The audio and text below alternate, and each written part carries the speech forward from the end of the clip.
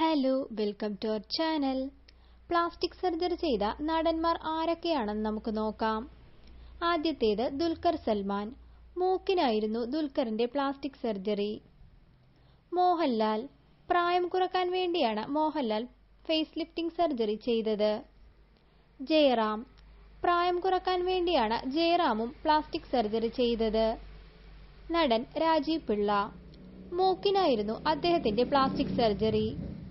നടൻ അശ്വിൻ കുമാർ. 12 തവണയാണ് അശ്വിൻ കുമാർ പ്ലാസ്റ്റിക് സർജറിക്ക് വിധേയനായത്. മമ്മൂട്ടി.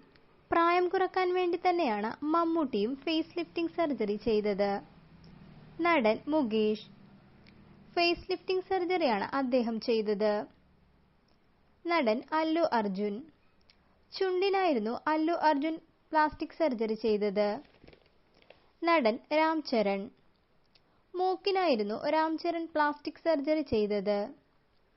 തെലുങ്ക് താരം ജൂനിയർ NTRും സർജറിക്ക് വിധേയനായിട്ടുണ്ട്.